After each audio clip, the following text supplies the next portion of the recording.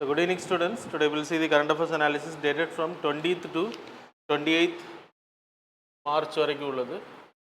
So important articles எல்லாமே cover பண்ணியிருக்கோம்.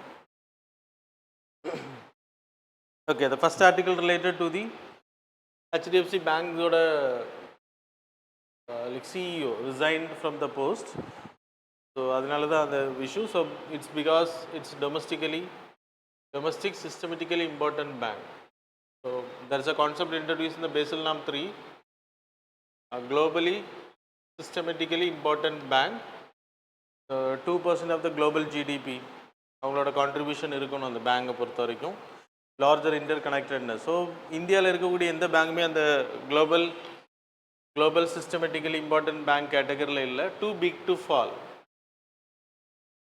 So அந்த பேங்க்ஸ் வந்து கொலாப்ஸ் ஆகுது அப்படின்றப்ப பொருளாதாரம் பாதிக்கப்படும். அதனால் அந்த பேங்க்ஸ் வந்து மோர் கன்சர்ன் எடுத்து பாதுகாக்கணும், அவங்களோட கேபிட்டல் வந்து செக்யூர்டாக இருக்கணும், எப்போவுமே ஸ்திரமாக இருக்கணும், ஸ்டேபிளாக இருக்கணும் அப்படின்றதுக்காக the concept was introduced. They will have more CAR, that is capital adequacy ratio, அவங்களுக்கு வந்து அதிகமாக இருக்குது. எப்போவுமே பேசல் 1 நார்ம்ஸ் படி டயர் 1 கேபிட்டல் வந்து அவங்களுக்கு அதிகமாக வைக்கணும். ஓகே, ஸோ இந்தியாவை பொறுத்தவரை we introduce the concept called as domestic systematically important bank. So இந்தியாவில் இப்போதைக்கு SBI, HDFC, அப்புறம் ICICI, இந்த 3 பேங்க் தான் டூ பிக் டு ஃபெயில் கான்செப்டில் இருக்குது. ஸோ இந்தியாவை பொறுத்த வரைக்கும் we have taken 2% of the GDP, அதுக்கு க்ராஸ் பண்ணக்கூடிய பேங்க்ஸ், அந்த டேர்ன் ஓவர் பண்ணக்கூடிய பேங்க்ஸை வந்து இந்த கேட்டகரியில் வச்சுருக்கோம். So they need to follow additional. So எப்படி இந்த பேங்க்ஸ் எடுக்கப்படுது அப்படின்னா inter connectedness with the people, எப்படியெல்லாம் கனெக்டாக இருக்காங்க, இன்ஃப்ராஸ்ட்ரக்சரல் ஃபினான்ஷியல் அசட்ஸில் இந்த மாதிரி கனெக்டில் இருக்காங்க, லைபிலிட்டி எந்த அளவுக்கு இருக்குது, பேங்க்ஸுக்கு லைபிலிட்டி இருக்குது, செக்யூரிட்டி அவுட்ஸ்டாண்டிங் எவ்வளோ இருக்குது அப்படின்றத பொறுத்து interconnectedness. Then substitutability, that is substitute asset under security, payment method RTGS, NEFT இதெல்லாம் எந்த மாதிரி பண்ணியிருக்காங்க அப்படின்றது. அப்புறம் complexity of work, national over the counter operation, derivatives, அது மாதிரி கிராஸ் ஜூரிஸ்டிக்ஷனல் லைபிலிட்டிஸ் எவ்வளோ இருக்குது. இந்த கேட்டகரி அடிப்படையில் தான் இது வந்து கொடுக்கப்படுது. There are selected buckets are there. Bucket 1, bucket 2, bucket 1, 2, 3, 4, 5 பக்கெட்ஸில் வந்து இது பண்ணுறாங்க. This is called as bucket. So first பக்கெட்டில் வந்து ICICI was placed under first bucket. அப்படின்னா என்ன அப்படின்ற சொல்கிறேன். So they need to people know capital adequacy ratio. So capital to risk weighted assets. So capital அப்படின்றது tier 1 capital is tier 2 capital. So they need to be more cautious on tier 1 capital, it is core capital அப்படின்னு பேர். ஸோ அதில் வந்து ICICI இதெல்லாமே ICICIயும் HDFCயும் placed under this bucket. அப்படின்னா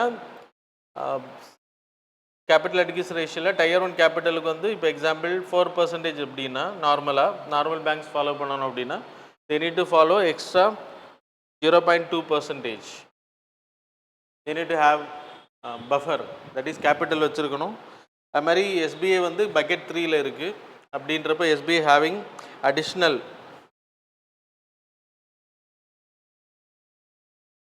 SBI in 4, now it's change. Okay, so அது நீங்கள் செக் பண்ணிக்கோங்க 4க்கு எவ்வளோ, எனக்கு தெரிஞ்சு 0.8 வரும்னு நினைக்கிறேன். HDFC in 3, அப்போ HDFC need to follow 0.6%. அவங்க வந்து லைக் அடிஷ்னலாக அவங்க வந்து கேபிட்டல் இது பண்ணணும். அது மாதிரி 2 இருந்துச்சு அப்படின்னா 0.4. அப்போ இது 8 இல்லைன்னா 10 இருக்கும், அது செக் பண்ணிக்கோங்க. சரி, ஹியர் இட் இஸ் 8 தான், கரெக்ட் தான். Here it is 1% they need to follow. அப்போது SBI வந்து இந்த கேட்டகரியில் இருக்குது. இப்போ அப்டேட்டட் நான் வச்சுருக்கிறது previous, now it was changed. அப்போ 0. that is it was mentioned there 0.80%. 3 அப்படின்னா 0.6%, 40 போட்டிருக்காங்க. கரெக்ட் தான். இங்கே 40யா? ICICI in HDFC in 3, bucket 3, then it is wrong. ICICI வந்து 2 அப்படின்ற 0.4% வரும், 0.40 you can take. தேர்டு வந்து 0.6. ஸோ இந்த கேட்டகரியில் தான் வரும். ஸோ நெக்ஸ்ட்டு கிளாஸில் நான் சொல்கிறேன் உங்களுக்கு எதாவது அப்டேஷன் இது. நான் இதை செக் பண்ணல, நான் ஆல்ரெடி எழுதின நோட்ஸை வச்சு தான் உங்களுக்கு இதை எக்ஸ்பிளைன் பண்ணேன். So any update is there, I will notes படி updation is there. So PDF படி வில் see that. சரியா? ஆனால் அது அந்தளவு கொஸ்டின் கேட்க மாட்டாங்க, இதோட கேட்டகரி கேட்பாங்க. ஸோ பக்கெட் என்ன பக்கெட் அப்படின்றது இன்டர்வியூஸில் கேட்கலாம் நீங்கள் கொஸ்டின்ஸ் கேட்கும்போது. So that's about this article. அப்புறம் டொமஸ்டிக் சிஸ்டமேட்டிக்கலி இம்பார்ட்டன்ட் பேங்க் என்னென்ன கேட்டகரியில் கொடுக்குறாங்க அப்படின்றதும் important. The next article related to the power demands in India. Power sector Outlook data வந்து ரிலீஸ் பண்ணியிருக்காங்க. சென்ட்ரல் எலக்ட்ரிசிட்டி அத்தாரிட்டி இந்தியாவை பொறுத்தவரை என்ன டிமாண்ட் இருக்கும். ஏஐ டேட்டா சென்டர்ஸ் வந்ததுக்கு பிறகு நம்மளோட energy demand increased, that is 30 GW வந்து இப்போ கரண்டாக இருக்கிற எக்ஸிஸ்டிங்கை விட அதிகமாக தேவைப்படுது நமக்கு 5 to 6 இயர்ஸுக்கு. நெக்ஸ்ட்டு 5 to 6 இயர்ஸுக்கு வி நீட். அது மாதிரி 250 GW பீக் டிமாண்ட் வந்து இப்போ இருக்குது ஃபினான்ஷியல் இயர் 25ல். அது மாதிரி எக்ஸ்பெக்டட் 2026ல் we will have 270 GW. So 20 GW அதிகமாகும் அப்படின்னா ஏஐ வந்ததுனால the huge demand is there. அது மாதிரி லாங் டேர்ம் எடுத்திங்கன்னா 459 GW எக்ஸ்ட்ரா தேவைப்படும் பை 2036. அப்போது we need to have an installed capacity of 1121 GW. 786 GW நம்ம நான் ஃபாசில் ஃபியூல் பேஸ்லேருந்து இப்போ எடுத்துகிட்டு இருக்கோம். Clean and affordable crucial energy we need because of நம்ம pollutions, that is NDC update பண்ணியிருக்கோம். நான் சொல்கிறேன் நேஷ்னலி டிட்டர்மைன் கான்ட்ரிபியூஷன். ஸோ அப்படின்றப்போ we need to go by clean energy more. So இந்தியாவை பொறுத்த வரைக்கும் the demand and clean transition. So இந்தியாவோட electricity demand growth வந்து 9% CAGR, annual capital annual growth, that is CAGR எடுத்திங்கன்னா 9% 2021. ஸோ சர்பாசிங் 21ல் 6% இருந்துச்சு, 9% demand அதிகமாக இருக்குது. ஹவுஸ் ஹோல்டு கன்சம்ஷன் எடுத்துனா 40லேருந்து 50%. இப்போ முன்னாடியெல்லாம் ஏசி யூஸ் பண்ண மாட்டாங்க, இப்போ கிராமங்கள்லையும் ஏசி யூஸ் பண்ண ஆரம்பிக்கிறாங்க. ஸோ டிமாண்ட் இன்க்ரீஸ் ஆகுது. அப்படியே கோல் டிமாண்ட்ஸ் வந்து அதிகமாகுது. 521 GW of electricity we are using globally now டார்கெட்டில் கரண்டாக நம்ம சொல்கிறது. டோட்டல் பவர் ஜென்ரேஷன் அதில் நம்ம யூட்டிலைஸ் பண்ணுறது 459 சம்திங். சரியா? அதை ஞாபகம் வச்சுக்கோங்க. அப்புறம் கோலை எடுத்துக்கிட்டிங்கன்னா நம்ம இன்றைக்கி இந்தியாவில் இருக்கக்கூடிய மொத்த எலக்ட்ரிசிட்டியில் 70% our electricity met with coal. So அதுவும் கொஸ்டின்ஸ் கேட்கலாம். இண்டஸ்ட்ரி வைஸில் எடுத்துக்கிட்டிங்கன்னா செக்டார் வைஸில் எடுத்துக்கிட்டிங்கன்னா 41லேருந்து 42%. டொமஸ்டிக் எடுத்துக்கிட்டிங்கன்னா household 24%, agriculture 17%, commercial 8%, residential services etcetera. So இதெல்லாமே அதிகமாக இருக்குது. அது மாதிரி we are moving to nuclear technology also. So அதுவும் நம்ம சுமால் மாடுலர் நியூக்ளியர் ரியாக்டர்ஸ் அது போகிறது. டிரைவர்ஸ் ஆஃப் பவர் டிமாண்ட் இந்தியாவை பொறுத்த வரைக்கும் நம்ம எந்த அளவுக்கு டிமாண்ட் அதிகமாக இருக்குன்னா யார் வந்து டிமாண்ட் பண்ணால் எக்கனாமிக் க்ரோத், இண்டஸ்ட்ரி ஷேர் நான் உங்களுக்கு சொன்னேன் 40%, ரயில்வே எலக்ட்ரிஃபிகேஷன் 100% நம்ம அச்சீவ் பண்ணிடுவோம் 2030ல். அப்போ டிமாண்ட் அதிகமாகும். அர்பனைசேஷன், ஏசி லைஃப் ஸ்டைல், அது மாதிரி 35% of the Indian population living in urban area. அப்புறம் அக்ரிகல்ச்சரில் ஃப்ரீ எலக்ட்ரிசிட்டி நம்ம ப்ரொவைட் பண்ணுறது, அதனால் டிமாண்ட் அதிகமாக இருக்குது. Emerging drivers, AI, data centres, இதெல்லாமே electric vehicles, green hydrogen etcetera. So climate change, temperature அதிகமாகிறதுனால அதிகமான எலக்ட்ரிசிட்டி, நம்ம ஃபேன் அதிகமாக யூஸ் பண்ணுறது. கீ இஷ்யூஸ் எடுத்துக்கிட்டிங்கன்னா நம்ம பீக் டிமாண்டில் போகும்போது ஐடியல் ஆயிரும். அப்போது we can give the proper. So cool டிபெண்டன்ஸில் இருக்கிறது, நம்ம ஹீட் அதிகமாகுது. அப்புறம் ரினியூபிள் இன்டெக்ரேஷன்ஸ் இதெல்லாமே பண்ணுறது சேலஞ்சஸ் நிறைய இருக்குது. Key issues in demand management, supply side management, power cut அதிகமாக இருக்கும். So that's about this article. The next article related to the world happiness index report வந்து ரிலீஸ் பண்ணியிருக்காங்க. It was published by annually by United Nations Sustainable Development Solution Network and Wellbeing Research University, Central University of Research Center, University of Oxford, அப்புறம் Gallup Analytics. இவங்க 3 பேர் சேர்ந்து அதை release பண்ணுறாங்க. You can display it. So 6 key indicators are there. 6 key indicators. GDP per capita எப்படி இருக்குது ஒரு country, social support, health insurance, இந்த மாதிரியான சப்போர்ட், எஜுகேஷன், இது மாதிரி சப்போர்ட், ஹெல்த் லைஃப் எக்ஸ்பெக்டன்சி எவ்வளோ நாள் வாழ்கிறாங்க, ஃப்ரீடம் ஆஃப் சாய்ஸ், எந்த இதுலேயும் கவர்மெண்ட் வந்து தலையிடாமல் இருக்கிறது, ஜெனரசிட்டி, பர்செப்ஷன் ஆஃப் கரப்ஷன் வந்து லெஸ்ஸாக இருக்கும். அந்த ரேங்கிங் நல்லா இருக்கணும். அப்படிப்பட்ட கண்ட்ரீஸ் வந்து அவங்களுக்கு தேவையான எல்லா உதவிகளும் கவர்மெண்ட் கொடுக்குது, அவங்க அஃபோர்டபிலிட்டியில் இருக்காங்க அப்படின்றதுனால ஸோ ஹாப்பியஸ்ட் கண்ட்ரி அப்படின்ற பேர். ஸோ டென்மார்க், ஐஸ்லாண்ட், ஸ்வீடன் வந்து ஃபஸ்ட்டு கேட்டகரியில் வராங்க. ஆப்கானிஸ்தான், செரினலியோ, மலாவி இவங்க எல்லாமே லாஸ்ட் கேட்டகரியில் இருக்காங்க, ஒரே ரேங்கிங்கில் வராங்க. ஸோ இந்தியா அண்டர் 116, நம்ம லாஸ்ட் இயர் 118 இருந்தோம், இப்போது 2 ரேங்க் முன்னாடி வந்திருக்கும். அதனால் சந்தோஷம் வந்திருக்கான்னு கேட்டாச்சுன்னா nothing. Pakistan and Sri Lanka they are behind, நம்ம அவங்களுக்கு பின்னாடி இருக்கோம் அப்படின்றதும் நம்ம தெரிஞ்சுக்கோங்க, சரியா? Even Pakistan youths are happy, Indian youths are in struggle. Okay, social media problems என்ன அப்படின்னா, நம்ம லைக் ஹாப்பினஸ் இல்லாமல் இருக்குது, லயபிலிட்டி அதிகம் நம்ம இந்தியாவை பொறுத்த வரைக்கும்.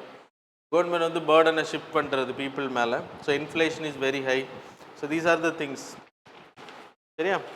So we started publishing the world happiness index வந்து எல்லா 20th மார்ச்சும் ரிலீஸ் பண்ணேன், international day of happiness. First publication 2012, அதுவும் ஞாபகம் வச்சுக்கோ, கொஸ்டின்ஸ் கேட்கலாம். The next article related to the water challenge, water paradox. So 22nd March is called as World Water Day. So நம்ம celebrate பண்ணுறோம் எதுக்குன்னா அவேர்னஸ் க்ரியேட் பண்ணுறது. ஒவ்வொரு வருஷம் நம்ம பண்ணாலுமே வாட்டரை நம்ம வந்து தேவையில்லாமல் பயன்படுத்துகிறோம். அது மாதிரி வாட்டரோட யூசேஜ் வந்து அதிகமாகிடுச்சு, அதில் ப்ராப்பர் அவேர்னஸ் வேணும். கிட்டத்தட்ட 2.1 billion people living without safe usage of water. தண்ணி கிடைக்கும் ஆனால் சேஃபாக இருக்காது.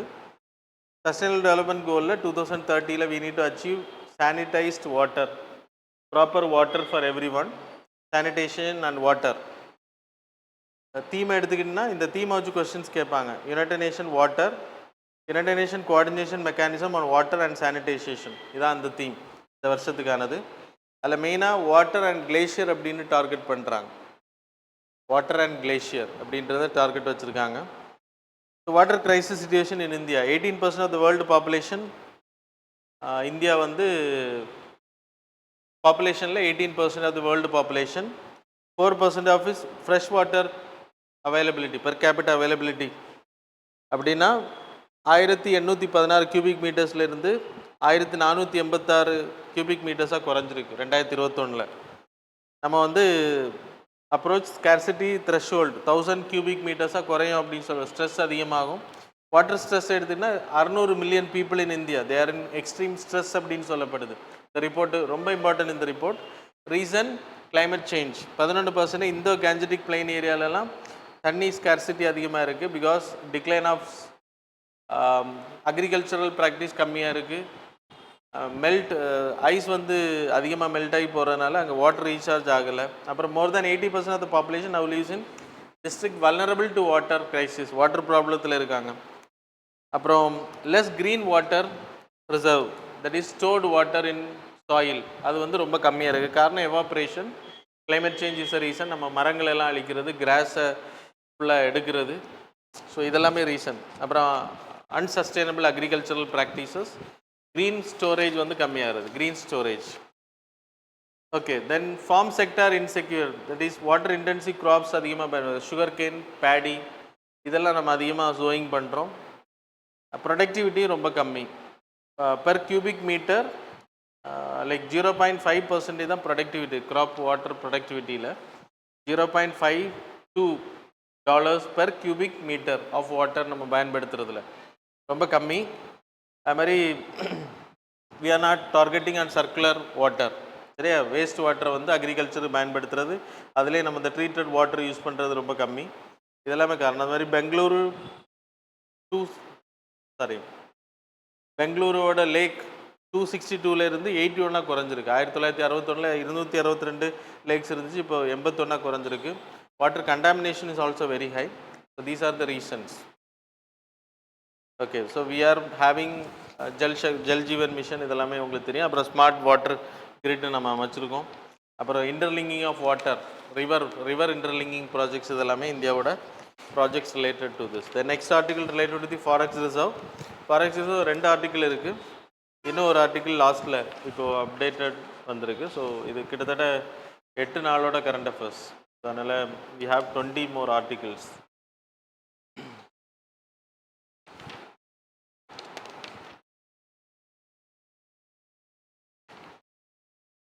அதனால் 2 இடத்துல நான் எக்ஸ்பிளைன் பண்ணலை, ஒரே இடத்துல எக்ஸ்பிளைன் பண்ணிடுறேன். சரியா?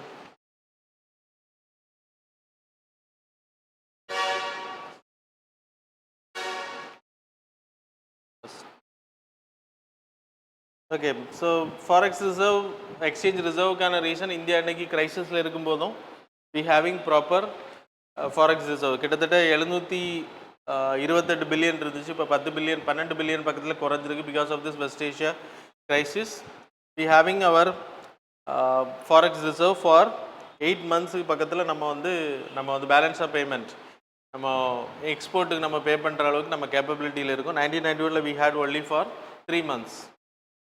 லாஸ்ட்டில் 2 வீக்ஸ், முதல்ல 3 மந்த்ஸ் இருந்துச்சு 1921 ஸ்டார்டிங்கில். We had only that is of last time நம்ம அந்த லிபரலைசேஷன் பண்ணும் IMF கிட்ட கையேந்தும் போது. அதுக்கு முன்னாடி வி ஹேட் கிட்டத்தட்ட 3 மந்த்ஸுக்கான நம்ம வச்சுருந்தோம். ஓகே. ஸோ இந்த அளவுக்கு நம்ம வந்து இன்றைக்கி ஸ்டேபிளாக இருக்கும் அப்படின்னா, பெரிய அளவு க்ரூட் ஆயில் ஏறின அப்புறம் நம்ம அதிகமாக ஏற்றல. அதுக்கான ரீசன்ஸ் இதுதான். நம்மளோட இம்போர்ட் கவர் வந்து அதிகமாக இருக்குது. தென் ஸோ ஃபாரின் எக்ஸ்சேஞ்ச் ரிசர்வை பொறுத்த வரைக்கும் ஃபாரின் கரன்சி அசட்ஸ், மெயினாக ஃபாரின் கரன்சி அசட்ஸ், அப்புறம் வி ஹேவிங் கோல்டு ரிசர்வ்ஸ், அப்புறம் வி ஹேவிங் எஸ்டிஆர் ஆஃப் 2. ஒன்று வந்து ரிசர்வ் ட்ரான்ச் பொசிஷன் 75% அது, இது 25% வரும் வித் தி RBI. ஸோ இதெல்லாமே ஃபாரின் ரிசர்வ். ஸோ இது ஆர்டர் படி கேட்பாங்க உங்கள்கிட்ட. ஃபாரின் கரன்சி அசட்ஸ் எடுத்திங்கன்னா வி ஹேவிங் 556 பில்லியன் அதிகமாக இருக்கிற ஃபாரின் கரன்சி அசட். நீங்கள் கோல்டுன்னு எழுதிடக்கூடாது. கோல்டு வந்து 131 செகண்ட் பிளேஸில் இருக்குது. எஸ்டிஆரை பொறுத்த வரைக்கும் 18.75 பில்லியன். அது மாதிரி RTP 4.8 பில்லியன் இப்போ இருக்கக்கூடியது. So according to today's data. சரியா? இது ஃப்யூச்சரில் சேஞ்ச் ஆகலை. நீங்கள் எக்ஸாம்பிள் அதனால் அந்த டேட்டா கேட்க மாட்டாங்க. ஆனால் எது பெருசு அப்படின்றது நீங்கள் தெரியணும். ஆர்டர் படி எழுத சொல்லலாம். இல்லைன்னா RTPன்னா என்னென்னு கேட்பாங்க, எஸ்டிஆர்னா என்ன, ஸ்பெஷல் ட்ராயிங் ரைட்ஸ் தான். ரெண்டுமே ஸ்பெஷல் ட்ராயிங் ரைட்ஸ் தான். One with the IMF, one with the RBI. சரியா? ஸோ எதுக்கு நம்ம இந்த ரிசர்வ்ஸை வந்து வச்சுருக்கோம் அப்படின்னா, அன்சர்டனிட்டி. இப்போ டாலர் கிரைசிஸ், டாலரோட ரேட்டு 93 தாண்டிருச்சு. அப்போது இந்த மாதிரி சுச்சுவேஷன்ஸில் நம்மகிட்ட டாலர் ரிசர்வ் அதிகமாக இருந்தால் we can utilize for purchasing without getting from outside. So அது வந்து உங்களுக்கு நமக்கு எக்ஸ்சேஞ்ச் ரேட்டை வந்து அதிகமாக இருக்கிறதுனால நம்ம அதிகமாக பே பண்ண வேண்டியிருக்கும்.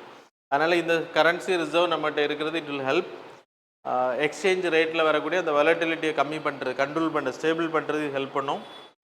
So sources of foreign reserve நமக்கு எப்படி சோர்ஸஸ் வரோம்னா, நம்ம எக்ஸ்போர்ட் பண்ணுறோம்ல, அதில் நமக்கு டாலர்ஸ் கிடைக்கும். அது மாதிரி ஃபாரின் டைரக்ட் இன்வெஸ்ட்மெண்ட், FPIல இன்வெஸ்ட் பண்ணுறது, remittances from the foreign countries who are working outside they will pay. External commercial borrowings, நம்ம கடன்கள் வாங்குற மூலமாக நமக்கு இதில் ஃபாரெக்ஸ் ரிசர்வ்ஸ் வருது, வெளிநாடுகள்லேருந்து கடன் வாங்குறது. ஸோ எதுக்கெல்லாம் பயன்படுத்துகிறோம் அப்படின்னா, இம்போர்ட் பண்ணுறதுக்கு நம்ம பே பண்ணுவோம். எக்ஸ்சேஞ்ச் ரேட் இன்டர்வென்ஷன்ஸ், நம்ம அங்கேருந்து இப்போ அனுப்புகிறாங்க அப்படின்னா அது இந்தியாவில் நம்ம வந்து அந்த டாலருக்கு நிகரான ரூபா கொடுக்கப்படணும், அதுக்கு பயன்படுத்துவோம். டெட் சர்வீசிங், நம்ம பே பண்ணுறதுக்கு, நம்ம கடன்களை வந்து பே பண்ணுறதுக்கும் இதுக்கு வந்து பயன்படுத்துவோம். So that's about the thing. 8 to 10 months நம்மகிட்ட இப்போ ரிசர்வ் இருக்குது, இப்போ இருக்கக்கூடிய நம்ம இம்போர்ட் பண்ணுற அளவுக்கு. ஸோ ஸ்பெஷல் ட்ராயிங் ரைட்ஸ்னால் என்னென்னு சொல்லிட்டு, so we have without permission we can spend this. ஆனால் இது வந்து பெர்மிஷன் வேணும், அது ஞாபகம் வச்சுக்கோங்க. ஃப்ரம் தி SDR கிட்ட பெர்மிஷன் வேணும். So that's about this part. இனிமேல் ப்ராப்ளம் கண்டினியூ ஆச்சுன்னா நம்ம 728 பில்லியன் இருக்கிறது கம்மியாகிட்டே வரும். இப்போ கிட்டத்தட்ட 12 பில்லியன் கம்மியாயிருச்சு, இன்னும் கம்மியாகும். ஆனால் நமக்கு ப்ராப்ளம் இல்லை. 8 to 10 months. That's about this article. Next article this one. Okay, electric vehicle. So I need time. Okay, the next articles EV, electric vehicles ஓட spark to slow down electric vehicle ecosystem வந்து இப்போ நம்ம எந்த அளவுக்கு அதை adapt பண்ணிக்கிறோம் அப்படின்றது. So கிட்டத்தட்ட 200 பில்லியனுக்கான நிதி ஆயோகோட ரிப்போர்ட் படி 200 பில்லியனுக்கான demand, that is from this sector only. Vehicular எமிஷன்ஸை கண்ட்ரோல் பண்ணுறதுக்கும் நமக்கு தேவை. இன்னைக்கு பஞ்சமிரித், தட் இஸ் NDC நம்ம இன்னைக்கு சேஞ்ச் பண்ணியிருக்கோம், நேஷ்னலி டிட்டர்மைன்ட் கான்ட்ரிபியூஷன்ஸ். அப்போ அது பஞ்சமிரித் டார்கெட் பழசு, இப்போ புதுசு வந்து 2031 வருது. ஸோ கொஸ்டின்ஸ் கேட்கலாம். பஞ்சமிரித் இப்போ கரண்டாக இருக்குது. சரியா? அப்புறம் reduce import dependence, EV vehicles வந்து இம்போர்ட் டிபெண்டன்ஸ் பண்ணுறதுக்கும் we can go for it, we can start production. VinFast company இந்தியாவில் ப்ரொடியூஸ் பண்ணுற மாதிரி. இப்போ எம்ப்ளாய்மெண்ட் ஆப்பர்ச்சுனிட்டி கிட்டத்தட்ட 5 கோடி இளைஞர்களுக்கு நம்ம வேலை கொடுக்கணும் 2030க்குள்ளாடி. அப்போது இந்த மாதிரி இண்டஸ்ட்ரீஸ் வர்றது it will help. So there is a huge opportunity அப்படின்றத இந்த ஆர்டிக்கிளோட எக்ஸ்ப்ளனேஷன். க்ரூட் ஆயில் டிபெண்டன்ஸை வந்து நம்ம கம்மி பண்ண முடியும் எலக்ட்ரிக் வெஹிக்கிள்ஸ் மாறும்போது. டைவர்சிஃபிகேஷன் ஆஃப் எனர்ஜி பாஸ்கெட், நம்ம வந்து ஒரே இதில் இப்போ வெஸ்ட் ஏஷியா கிரைசிஸ் வந்ததுக்கு பிறகு நம்ம ஃபியூயல் ப்ராப்ளம் வந்து மெயின் அது எல்பிஜி எதை டிபெண்ட் பண்ணி இல்லாமல் இருக்கிறது. ஃபாரெக்ஸ் ரிசர்வ் வந்து நம்ம இப்போ நியூக்ளியர் டெக்னாலஜியை நம்ம அதிகமாக இம்ப்ளிமெண்ட் பண்ணிட்டோம், நியூக்ளியர் அணு உலைகளை பண்ணிட்டோம்னா இதெல்லாம் ஒரு ப்ராப்ளமே கிடையாது. எலக்ட்ரிக் வெஹிக்கிள்ஸ் நம்ம வந்து எனர்ஜி கொடுக்குறது, நம்ம வெளிநாட்டிலேருந்து இறக்குமதி பண்ணணும்னு கிடையாது. Crude oil, security cover, logistics problems நமக்கு இருக்காது. ஆனால் நம்ம என்னெல்லாம் பண்ணணும், how much successful EV has been in India. That is இந்தியாவோட இந்தியா சார்ஜிங் ரிப்போர்ட் படி EV penetration in India 0.23% in 2016 இருந்துச்சு. now it increased to 7.6% 2024. 84% EV vehicles வந்து பிரைமரி வெஹிக்கிள்ஸாக பயன்படுத்துகிறாங்க. அப்படின்னா கன்சியூமர்ஸ் பயன்படுத்துறது, கமர்ஷியலுக்கு இல்லாமல் normal people. Running 1600 kilometers per month, covering 95% of the road. EV vehicles இன்றைக்கி இருக்குது, எல்லா இடத்துலையும் நீங்கள் பார்க்கலாம். அது மாதிரி சார்ஜிங் ஸ்டேஷன்ஸும் அதிகமாக இருக்குது. 24,000க்கு மேலே சார்ஜிங் ஸ்டேஷன் இந்தியா ஃபுல்லாக அமைக்கப்பட்டிருக்கு. அது மாதிரி 91% national highways having coverage of 50 கிலோமீட்டர்ஸுக்கு ஒரு சார்ஜிங் ஸ்டேஷன் இருக்குது அப்படின்னு சொல்கிறாங்க ஆவரேஜாக. ரியாலிட்டியில் we need to see. Then status of electric vehicles in India, world largest 33rd largest market automobile. Industry valuation like $100 billion. 8% of the India's exports இதை depend பண்ணி இருக்குது electric vehicle. 7% of the country ஜிடிபியில் contribution இருக்குது. Like நம்ம sold பண்ணுற அளவு எடுத்துக்கிட்டிங்கன்னா 7% of the total vehicle sold in 2024. 200 பில்லியனுக்கு மேலே இன்வெஸ்ட்மெண்ட்ஸ் நடந்திருக்கு. நிதி ஆயோகோட டார்கெட் படி 30% பெனிட்ரேஷன் இந்த ப்ரைவேட் கார்ஸ், இந்தியாவில் இருக்கக்கூடிய காரில் 30% வந்து இவி வெஹிக்கிள்ஸாக இருக்குன்றாங்க. 70% கமர்ஷியல் வெஹிக்கிள்ஸ். இன்றைக்கி பைக்கெல்லாம் நீங்கள் எடுத்துக்கிட்டால் நிறைய பேர் இவி வெஹிக்கிள்ஸ் தான் போகிறாங்க கன்சியூமர்ஸ். ஸோ 70% கமர்ஷியல் வெஹிக்கிள்ஸாக தான் இருக்கும் அப்படின்னு சொல்லப்படுது. 80% டூ வீலர்ஸ் இந்தியாவில் 2030 இவி தான் இருக்கும். அப்போ 20% தான் பெட்ரோல் இருக்கும் அப்படின்றாங்க. இது வந்து ரொம்ப மிகப்பெரிய க்ரோத் அப்படின்றாங்க. இனிமேல் ஈவிக்கு வந்து சப்சிடி கொடுக்க வேணான்னு காமர்ஸ் இண்டஸ்ட்ரி மினிஸ்டர் சொல்லியிருக்காரு. ஏன்னா இந்தியா வந்து ஈவினால் ப்ராஃபிட் க்ரியேட் பண்ண ஆரம்பிச்சிட்டாங்க, அப்போ எதுவும் சப்சிடி தேவையில்லை அப்படின்றது அவரோட thought. So that's about this article. அதனால் அந்த ஆப்பர்ச்சுனிட்டியை பயன்படுத்துறது சொல்கிறாங்க. த next article related to the frigate. Frigates அப்படின்னா என்னது, வி ஹேவிங் டிஸ்ட்ராயர்ஸ், அப்புறம் ஃப்ரிகேட்ஸு, அப்புறம் கோவர்ட்ஸ். டிஸ்ட்ராயர் எடுனா போர்க்கப்பல்கள், இன்னைக்கு ஐஎன்எஸ் அப்படின்னு சொல்லலாம், INS Kolkata, INS Chennai. Frigates எடுத்துக்கிட்டால் வி ஹேவிங் ஸ்டெல்த் கேடட். ஸோ இதுக்கும் அதுக்கும் என்ன வித்தியாசம்னா, இது ரேடாரில் சிக்னல்ஸ்லாம் இது பண்ணாது. வி ஹேவிங் சப்மரைன்ஸ், இதில் லைக் நியூக்ளியர் மிசைல்ஸ் வந்து லான்ச் பண்ணுறதுக்கான கேப்பபிலிட்டி இதில் இருக்கும். Anti surface air missiles, anti submarine warfare, இதுக்கெல்லாமே இது எக்யூப்டாக இருக்கும். கார்வெட்ஸோட பர்பஸ் சப்மரைன்ஸை வந்து உடைக்கிறதுக்காக, சப்மரைன்ஸை ஐடென்டிஃபை பண்ணி தாக்குறதுக்காக நம்ம கோஸ்டல் லைனில் வர்றது. So we having project 17A that is related to creating frigates. நம்ம இன்னைக்கு மேனுஃபேக்சர் இந்தியன் ஓன்டாக இருக்குது, இண்டிஜினியஸாக we are creating it. So இப்போ ஐஎன்எஸ் தாராகிரி வாஸ் லான்ச், சரியா, that's why it came in news. So that's about this article. The next article related to the பரம். It's a income tax awareness campaign. That's all. எல்லாருக்குமே income டேக்ஸை பற்றி awareness create பண்ணி எல்லோரும் பே பண்ண வைக்கிறது media மூலமாக. ஸோ தட்ஸ் அ நெய்ம் மட்டும் போதும். எஃபெக்டிவ் ஃப்ரம் அது அவங்கள பே பண்ண வைக்கிறது, அவ்வளோதான். The next article world meteorological organisation. So the next article the insurance penetration. Okay, we will see that. The insurance penetration in India.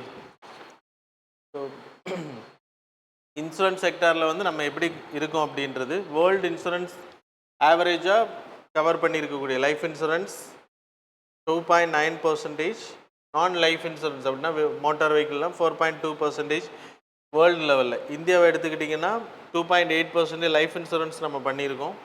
ஆனால் 1% of non life insurance, that is health லைஃப்பில் வராது, life insurance தனி.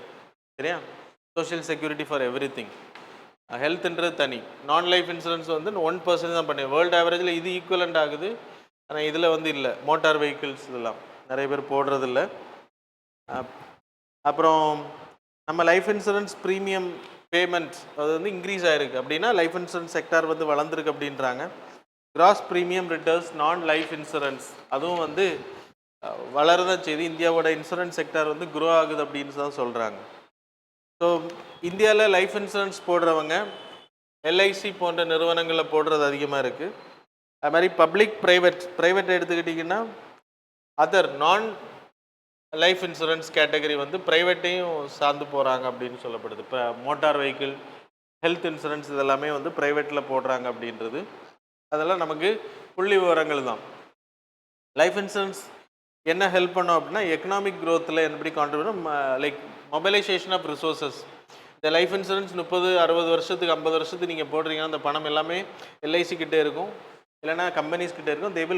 They will give to the government வந்து bond கொடுத்து அவங்கள்ட்ட இந்த காசை வாங்கி இன்ஃப்ராஸ்ட்ரக்சர் டெவலப்மெண்ட் பயன்படுத்துவாங்க. அதுலேருந்து வரக்கூடிய ப்ராஃபிட்டை வச்சு தான் உங்களுக்கு எல்ஐசி வந்து லாஸ்ட்டில் உங்களுக்கு டபுள் ட்ரிபிள் அப்படின்னு கொடுப்பாங்க. ஸோ அந்த ப்ராஃபிட் ஷேரிங் மெத்தட் தான். அது மாதிரி employment generation, brokers, insurance advisers, agent, underwriters, claim managers, இந்த மாதிரி நிறைய பீப்புளுக்கு வந்து வேலை வாய்ப்புகள் கிடைக்கும். ஸோ இது வந்து எக்கனாமிக் கான்ட்ரிபியூஷன் தான். அது மாதிரி செக்யூரிட்டி டு பிஸ்னஸ், நமக்கு எதாவது ப்ராப்ளம், இப்போ கார் ஆக்சிடென்ட் ஆகுது அப்படின்னா we no need to worry, we will get a modified car or new car according to the severity of accident. Then long term infrastructure assets, நமக்கு வந்து இதில் இந்த பணத்தை வச்சு இன்வெஸ்ட்மெண்ட் பண்ணுறதுனால ஜிடிபி கான்ட்ரிபியூஷன் அதனால் 3.5% வரைக்கும் கான்ட்ரிபியூஷன் இருக்குது அப்படின்றாங்க. க்ரோத் டிரைவர்ஸ் எடுத்துன்னா மிடில் இன்கம் கிளாஸ் பீப்புள், இந்தியாவோட பாப்புலேஷன் வந்து 140 million middle class people add ஆவாங்க அப்படின்னு சொல்லப்படுது ஃப்யூச்சரில். அது மாதிரி 2 million people high income class people வந்து ஆட் ஆவாங்க அப்படின்னு சொல்லப்படுது. அவேர்னஸ் பெனிட்ரேஷன் எடுத்துன்னா 2.71% 2001 இன்சூரன்ஸ் போட்டுட்டு இருந்தாங்க, இப்போ அது டபுள் ஆகிருக்கு 4.2%, very less. Digital penetration, second internet users in India, அதுலேயும் நம்ம வந்து இன்சூரன்ஸ், இப்போ மொபைலுக்கெல்லாம் இன்சூரன்ஸ் இருக்குல்ல, அந்த மாதிரி டார்கெட் பண்ணுறோம். We having a bill Sabka Bima Sabka Raksha, Sabki Raksha, amendment of insurance laws, பழைய ஆக்டெல்லாம் அமெண்ட்மெண்ட் பண்ணி அதில் எஃப்டிஐ வந்து 100% இப்போ ஆட்டோமேட்டிக் ரூட் வந்து அவைல் பண்ணுறோம். முன்னாடி 70% தான் இருந்துச்சு, இப்போ அதை ஆட்டோமேட்டிக் வந்து வி ஆர் அவைலிங் ஃபார் 100%. அது மாதிரி ஃபாரின் இன்சூரன்ஸ் கம்பெனிஸ் இந்தியாவில் வந்து இன்வெஸ்ட் பண்ணுற முன்னாடி 5 கோடி ரூபா இது பண்ணணும், இப்போ 1 கோடி 5000 கோடி இருக்கணும், இப்போ 1000 கோடி இருந்தால் எனாஃப் 1K. சரியா? அது மாதிரி கேபிட்டல் இதில் எல்லாமே வந்து ரிலீஸ் பண்ணிருக்கோம். Insurance schemes in India, we having Ayushman Bharat schemes, 50% family நம்ம கவர் பண்ணி. அது மாதிரி ராஷ்ட்ரிய ஸ்வஸ்திய பீம யோஜனா, பிபிஎல் ஃபேமிலிஸை வந்து அவங்களுக்கு ஸ்மார்ட் கார்டு கொடுத்து அவங்க கேஷ்லெஸ்ஸாக ட்ரீட்மெண்ட் பண்ணுறதுக்கான ஃபெசிலிட்டிஸ். அது மாதிரி crop insurance, Fasal Bima Yojana, it's a largest. அப்புறம் Jeevan Jyoti Bima Yojana, natural and accident cover. அப்புறம் சுரக்ஷா பீம யோஜனா, 18லேருந்து 70 வருஷம் வரைக்கும் நீங்கள் பே பண்ணணும், then they will pay for you. அப்புறம் அட்டல் பென்ஷன் யோஜனாவில் மினிமம் பென்ஷன் ஆஃப்டர் 60 இயர்ஸ், அதை தான் மாற்றி சொன்னேன். சரியா? 60 இயர்ஸுக்கு மேலே you will get the pension. Challenges எடுத்துனா லோவர் பெனிட்ரேஷன், மக்களுக்கு வந்து நம்பிக்கை இல்லை, அதனால் நிறைய பேர். அப்புறம் ஃப்ராட் நிறைய இருக்குது, ஃப்ராட். ஸோ ரெகுலேட்டரி வந்து கரெக்டாக ஓவர் சைட் பண்ணணும் அப்படின்றது.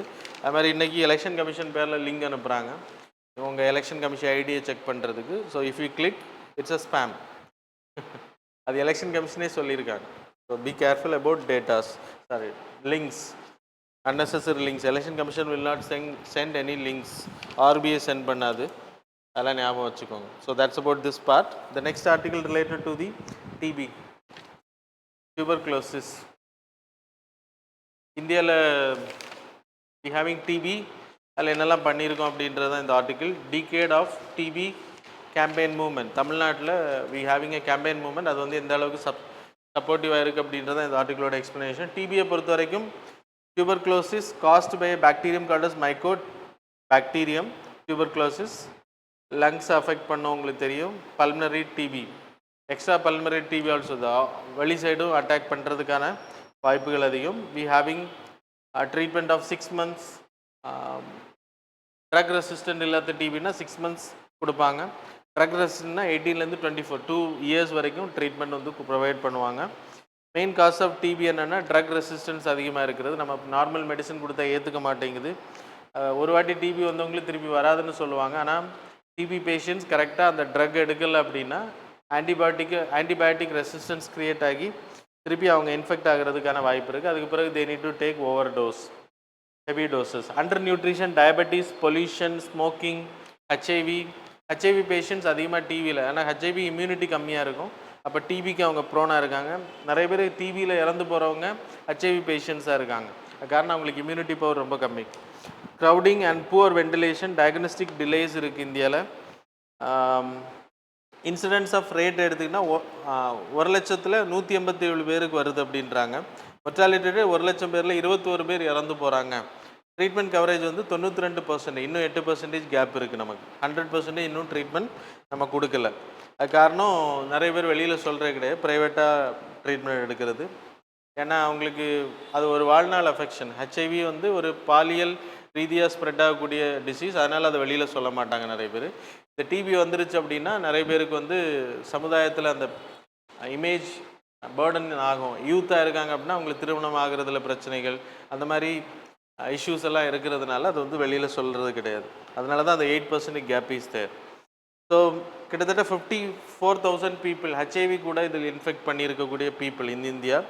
11,000 பீப்புள் ஹெச்ஐவி பாதிக்கப்பட்டவங்க இறந்து போகிறது டிபி அஃபெக்ட் ஆகிறதுனால. டிபி இன்சிடென்ட்ஸ் டிக்ளைன்ட் 16 to 18%, 23-24 டேட்டாவை நம்ம கம்பேர் பண்ணும்போது. சரியா, 195 to 199 பேர் தான் இறக்குறாங்களாம் 1,00,000 பாப்புலேஷனுக்கு. 23-24 data. So we having drugs, that is BPALM, that is bedaquiline, petromide, lizoloid, moxifloxacin. இதெல்லாமே ஃபஸ்ட் லைன் ட்ரக்ஸ்னு பேர். ஃபஸ்ட் லைன் ட்ரக்ஸ் கொடுத்து சரியாகலை அப்படின்னா செகண்ட் லைன் ட்ரக்ஸ் கொடுப்பாங்க. Second line drugs will be stronger and it will harmful, side effects அதிகமாக இருக்கும். First line drugs அப்படின்னா 6 months, செகண்ட் லைன் ட்ரக்ஸ் அப்படின்னா 24 மாதம். நான் ஏற்கனவே சொன்னது தான் உங்களுக்கு. ஃபஸ்ட் லைன் செகண்ட் லைன் ட்ரக்ஸில் வி ஹேவிங் ஐசோனாசைட், அப்புறம் ரிஃபாம்சின் அப்படின்றது. செகண்ட் லைன் எடுத்துக்கிட்டிங்கன்னா MDR TB, that is multi drug resistance, XDR, extended drug resistant TB, அது கொடுக்கக்கூடியது. Fluoroquinoline and at least a group of ஏன்னா நான் உங்களுக்கு சொன்னேன் ஃபஸ்ட் லைனில் கொடுக்கக்கூடிய பெடாக்குலின், பெட்ரோமைண்ட், அதில் ஏதாவது ஒன்று சேர்த்து கொடுப்பாங்க. ஸோ அப்படி தான் நம்ம ட்ரீட்மெண்ட் கொடுத்துட்ருக்காங்க. ஆனால் 24 months ஆகும். ஸோ இது எதுக்கு இப்போ நியூஸில் வந்துச்சுன்னா, ரீச் அப்படின்ற ஒரு மாடல் தமிழ்நாடு கவர்மெண்ட் ஃபாலோ பண்ணக்கூடிய it's a case study. You can also use this. அவங்க என்ன பண்ணுறாங்கன்னா, டிபி ஆல்ரெடி க்யூர் ஆனவங்கள, டிபி அஃபெக்ட் ஆனவங்க வீட்டுக்கு கூட்டிகிட்டு போய்ட்டு அவங்கள கான்ஃபிடென்ட் பண்ணுறது, அவங்களுக்கு டிபி எப்படி ஹேண்டில் பண்ணணும், ப்ரீ கவுன்சிலராக அவங்கள பியர் கவுன்சிலராக அவங்கள மாற்றுறது, சப்போர்ட் குரூப் லீடராக அவங்கள மாற்றுறது, டிபி அஃபெக்ட் ஆன பீப்புளுக்கு அவங்க மோட்டிவேஷன் பண்ணுற மாதிரி, கம்யூனிகேட்டர் ஆஃப் எஜுகேட்டர், அட்வொகேட்டாக மாற்றுறாங்க, கேஸ் ஃபைண்டராக மாற்றுறாங்க. ஸோ இந்த கோவிட் டைம்லேயே நம்ம இந்த மாதிரி விஷயங்கள் பண்ணோம், சைக்கலாஜிக்கல் சப்போர்ட் பண்ணுறதுக்காக.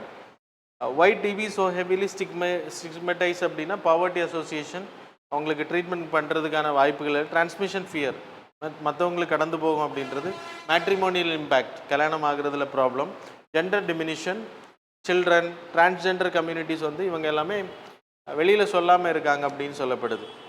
ஸோ வி ஹேவிங் டிபி புக் பாரத் அபியான், நிக்ஷய் போர்ட்டல்னு ஒரு போர்ட்டல் லான்ச் பண்ணியிருக்கோம். அதில் வந்து அவங்க போயிட்டு அவங்க ரெஜிஸ்டர் பண்ணாங்கன்னா they will get PDS extra also. Nutrition important. அப்புறம் AI பேஸ்ட் எக்ஸ்ரே மிஷின்ஸ் வந்து கொடுக்குறாங்க, டிபியை ஈஸியாக ஐடென்டிஃபை பண்ணுற வீடுகளில் போயிட்டு. Clinical treatment, Jan Andolan, TB சாம்பியன்ஸை க்ரியேட் பண்ண, நான் இப்போ சொன்னேன்ல ரீச் அப்படின்னு தமிழ்நாடு கவர்மெண்ட் பண்ணுறது, இதெல்லாமே important related. That's about this article. The next article, orange economy. Orange எக்கானமின்னா ஒன்றும் கிடையாது.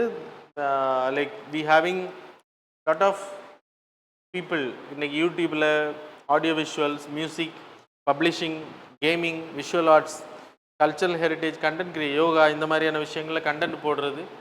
அவங்களே ஒன்று க்ரியேட் பண்ணுறாங்க. அதை வந்து அவங்களுக்கு சக்சீட் ஆகும்போது they can go for patent rights.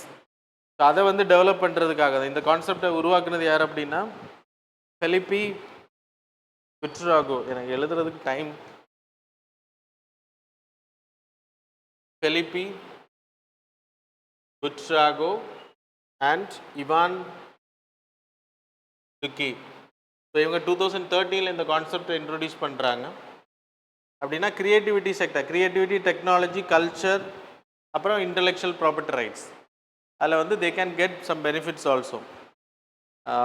Audio visual, music, publishing, video publishing, gaming, visual arts, cultural heritage, digital content, design and craft, அப்புறம் ப்ராட்காஸ்டிங். இதில் எல்லாமே இந்தியா வந்து இவங்களை ப்ரொமோட் பண்ணுறதுக்காக கிட்டத்தட்ட நீங்கள் எடுத்துக்கிட்டால் லைவ் ஈவெண்ட்ஸ் பண்ணுறவங்க 8.2% இந்தியாவில், 13.4% மியூசிக், ஒரு அந்த இதெல்லாம் இருக்குல்ல, ஸ்கிட்டு, ட்ராமா, இதெல்லாமே வரும். Animations 12.5%, 11.2 digital media, online gaming 10.8%, அது மாதிரி out of home media, theatre, இந்த ஓப்பன் தேட்டர்லாம் வைக்கிறது, அது மாதிரி 10.2%.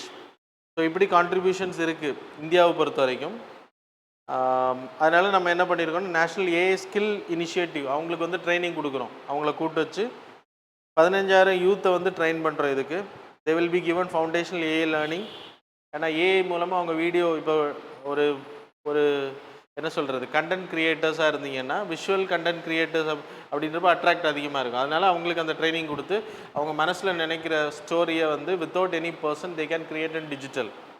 ஸோ அதை வந்து பப்ளிஷ் பண்ணும்போது they will get some revenue also. சரியா, அதுக்காக அந்த ட்ரைனிங். ஏஐ எசென்ஷியல்ஸ், ப்ராம்ப்டிங் எப்படி பண்ணுறது, ஏஐ எப்படி பயன்படுத்துறது, ChatGPT கூட டைப் பண்ணி, கூகுள் அண்ட் ChatGPT கூட டைப் பண்ணி இந்த ட்ரைனிங் கொடுக்குறாங்க. ஃபஸ்ட் ஃபேஸ் 1 கொடுக்குறது ஒரு சர்டிஃபிகேட் கொடுப்பாங்க. அது முடித்தாங்கன்னா ஃபேஸ் 2 கிடைக்கும். யூடியூப்பில் பெஸ்ட் ப்ராக்டிஸ், ஜெமினி, நானோ பனானா, வியோ, வெர்டெக்ஸ் ஏஐ, இதெல்லாம் எப்படி பயன்படுத்துறது அப்படின்றதுக்கு அவங்க ஜென்ரேஷன் பண்ணுற மாதிரி. அது மாதிரி மை வேவ் அப்படின்னு ஒன்று கவர்மெண்ட் லான்ச் பண்ணியிருக்காங்க. Waves platform, world audio visual, இதெல்லாம் கொஸ்டின்ஸ் வரும் வேவ்ஸில். World audio visual and entertainment, it's OTT initiative and by ministry of broadcasting. எதுக்கு அப்படின்னா, நம்ம ஒரு கண்டென்ட்டை க்ரியேட் பண்ணுறோன்னா, நம்ம அமேசான் OTT போனோன்னா we need to pay for it. அப்போ அதெல்லாம் போட முடியாது. அப்போது இது வந்து ஃப்ரீயாக போடுறது மாதிரி யார் வேணால் பார்த்துக்கலாம். அதில் அவங்க வந்து ப்ராஃபிட்டும் ஏர்ன் பண்ணலாம். So after my waves national global audience வந்து ரீச் பண்ண முடியும் நம்ம இந்த ஓடிடியில் போடுறதுனால. So that's about the thing. Third வந்து டிவி அலோன் இருந்துச்சு, இப்போ வந்து எலக்ட்ரானிக் ப்ரோக்ராம் மூலமாக நம்ம வந்து கொண்டு போகிறது உலகத்துக்கு. ஸோ சேட்டலைட் கம்யூனிகேஷன்ஸ் மூலமாக இந்த 3 இதுவும் ஆரஞ்ச் எக்கானமியில் வருது. அவங்க கவர்மெண்ட் பண்ணக்கூடியது. ஆரஞ்ச் எக்கானமின்றது மியூசிக் இதெல்லாம் தான் வரும். That's about this part. The next article, World Meteorological, was it? Okay.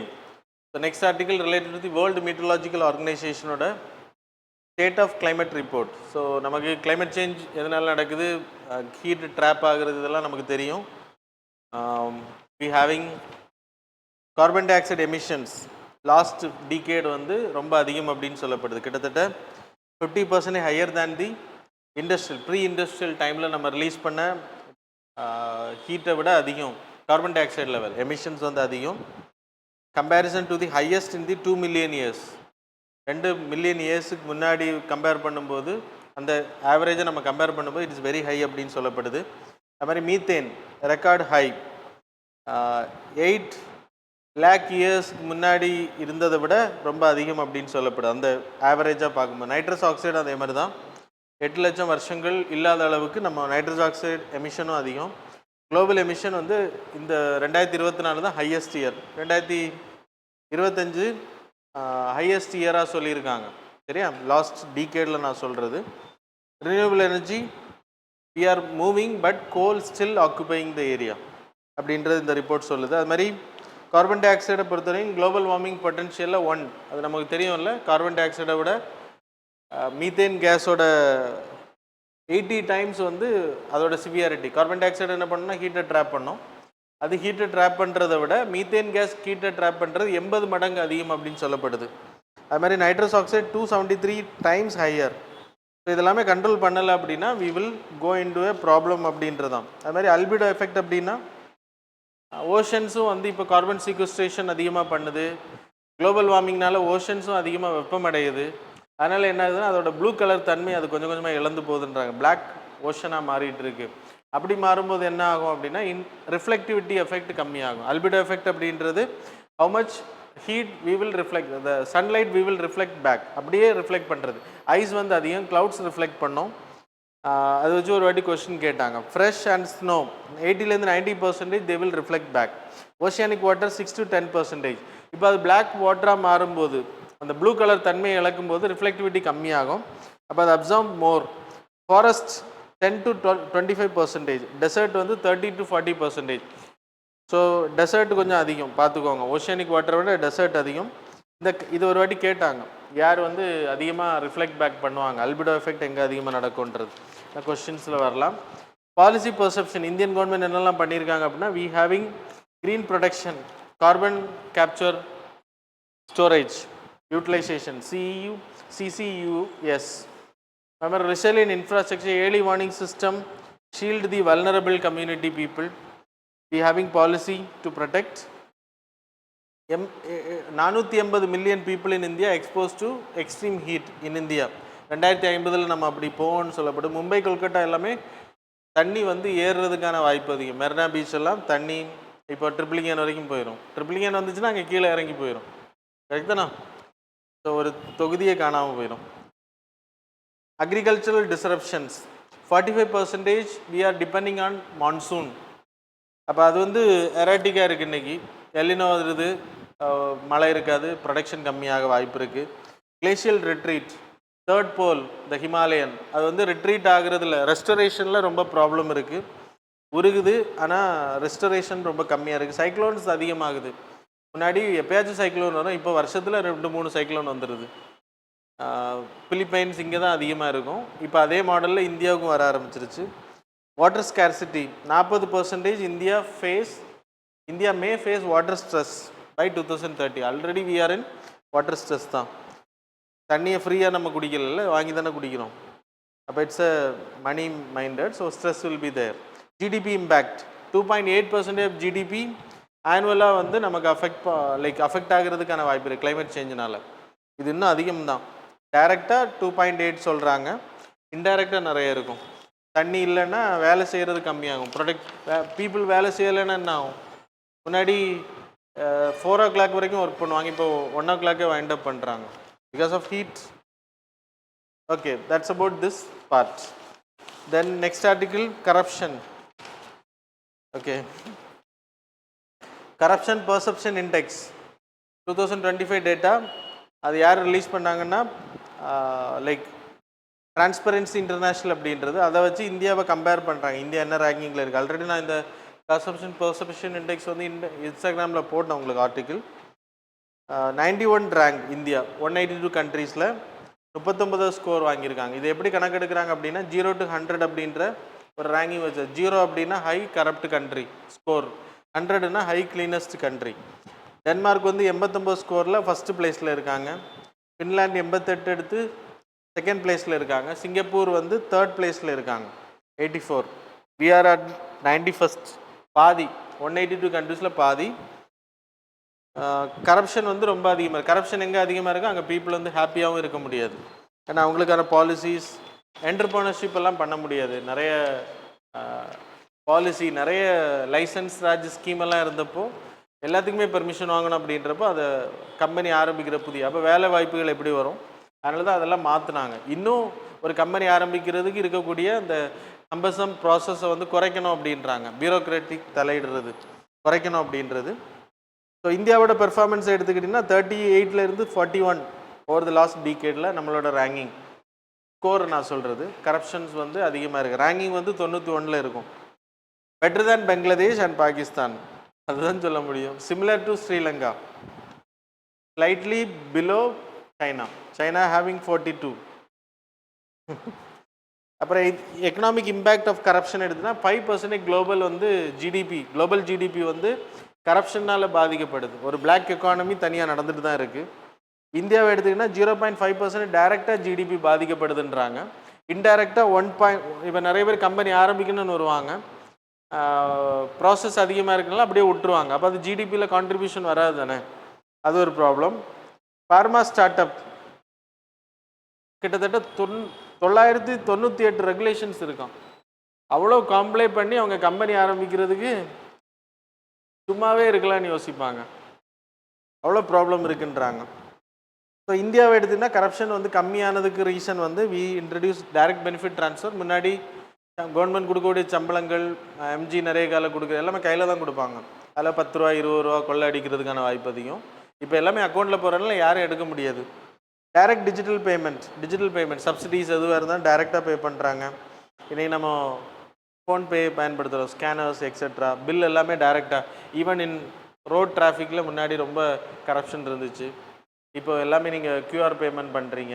அப்போ எலக்ட்ரிக் பில், அப்புறம் ஜிஎஸ்டி நெட்வொர்க் வந்ததுக்கு பிறகும் கரப்ஷன்ஸ் ரொம்ப கம்மியாயிருக்கு. ப்ரொக்யூர்மெண்ட் சிஸ்டம்ஸ், இந்தியாவோட பெர்ஃபார்மன்ஸ் நான் ஏற்கனவே சொன்னேன், சைனாவுக்கு மேலே இருக்கும், சைனாவுக்கு கீழே இருக்கும், அவ்வளோதான். காசஸ் ஆஃப் கரப்ஷன் ஐடென்டிஃபைட் நம்ம எடுத்துக்கிட்டிங்கன்னா, நான் உங்களுக்கு ஏற்கனவே சொன்ன மாதிரி எல்லாமே ரூல் பேஸில் வச்சுருக்கோம், அதுவும் நல்லது தான். ஆனால் ஒரு கம்பெனி ஆரம்பிக்கிற 998 ரெகுலேஷன்ஸை ஃபாலோ பண்ணணும் அப்படின்னா ஒவ்வொரு ஆஃபீஸாக போகும்போது அதை பண்ணலை இதை பண்ணலைன்னு சொல்லி நம்ம அப்போ ஈஸி வே தான் தேடுவோம், எப்படி கொடுத்தா இது நடக்கும் அப்படின்னு தான் பார்ப்போம். அதனால் கரப்ஷன்ஸ் அதிகமாக இருக்குது.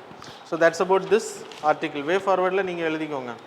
த next article related to the biosimilars, correct தானே? ஓகே. பயாலஜிக்ஸ் அப்படின்னா நான் உங்களுக்கு சயின்ஸ் அண்ட் டெக்னாலஜி கிளாஸில் சொன்னேன். ஒரு நம்ம இன்சுலின் வந்து இன்றைக்கி நம்ம ஆர்டிஃபிஷியலாக நம்ம ஆர்டிஃபிஷியல்னா நேச்சுரல் பேஸில் வி ஆர் கிரியேட்டிங் பயோலாஜிக்ஸ்னால் ஹியூமன் கிட்ட நமக்கு இன்சுலின் நமக்கு சுரக்கலை, பேன்க்ரியாஸ் வந்து ஒர்க் பண்ணலை. Pancreas there is a cell called as beta cell, லாங்க்ரிஹன்ஸ். அது வந்து இன்சுலினை வந்து ப்ரொடியூஸ் பண்ணணும், இந்த கோடை கொடுக்கணும், அதுலேருந்து ப்ரொடியூஸ் ஆகணும். உங்களுக்கு ப்ரொடியூஸ் ஆகலை அப்படின்னா the people will get affected because of sugar level, glucose level அதிகமாகிறது. அதனால் நம்ம என்ன பண்ணுறோம் அப்படின்னா, அதிலேருந்து ஈகோலி பாக்டீரியா அதோட செல் பிளாஸ்மிடை எடுத்து நம்மளோட ஜீனில் இருக்கக்கூடிய இதை வந்து இதில் ஆட் பண்ணுறோம். இந்த ஜீனை நம்ம ஆட் பண்ணும்போது ஈக்குவலி பாக்டீரியா வில் ப்ரொடியூஸ், அதாவது பிளாஸ்மிட் வந்து என்ன பண்ணோம் அப்படின்னா it will multiply, it will produce மல்டிப்ளைல huge amount of insulin protein also. அதோட ப்ரோட்டீன் தயாரிக்கும் போது automatically it will produce insulin protein also. அப்போ அந்த இன்சுலினை நம்ம லேப்லேருந்து தனியாக எடுத்து we are selling it now. So இது வந்து பயோலாஜிக்ஸ்னு பேர். இதுக்கு ஈக்குவலண்டாக இன்னொன்று கண்டுபிடிச்சா அதுக்கு பேர் பயோசிமிலர்ஸ், வேறு ஒன்றும் கிடையாது. இதுக்கு ஈக்குவலண்டாக same like biologics made from the living cell, that is copies of biosimilar பொறுத்தவரை copies of biologics, அவ்வளோதான். ஆனால் large and complex, similar not identical, சேமாக இருக்காது ஆனால் சிமிலராக இருக்கும். சரியா? ஃபுல் கிளினிக்கல் ட்ரையலில் பண்ணக்கூடியது, அப்ரூவ்டு பை கம்பேரபிலிட்டி. பயோசிமிலர் எப்படி அப்ரூவ் பண்ணுவாங்கன்னா, இன்சுலினுக்கு ஈக்குவலண்டாக அது ஒர்க் பண்ணுது அப்படின்னா it will be given permission, otherwise no. So that's about the biosimilars, very important for your examination, questions கேட்கலாம். The next article, fast, oh, go to the next, it's not that much important. Social media addiction.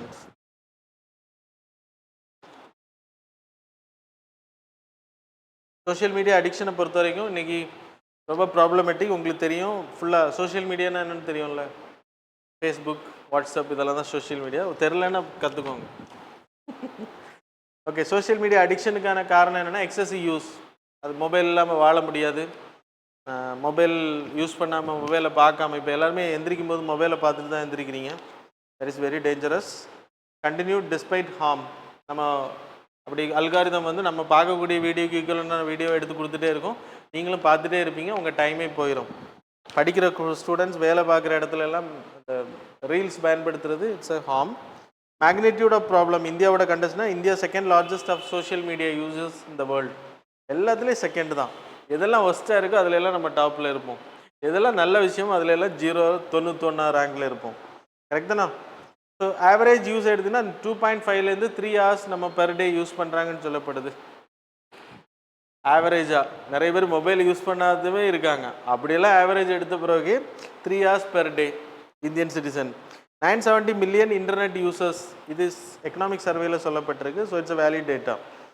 10லேருந்து 15% adolescents are addictive பேட்டர்னில் இருக்காங்க. முன்னாடியெல்லாம் கிரவுண்டுக்கு போவாங்க ஸ்கூல்லேருந்து வந்ததுக்கு பிறகு, காலேஜ்லேருந்து வந்தது. ஆனால் இப்போ எல்லாமே வீட்டுக்குள்ளே உட்காந்து மொபைலில் கேம் விளையாடிட்டு இருக்காங்க. Addicted to Instagram, Facebook, lot of social media.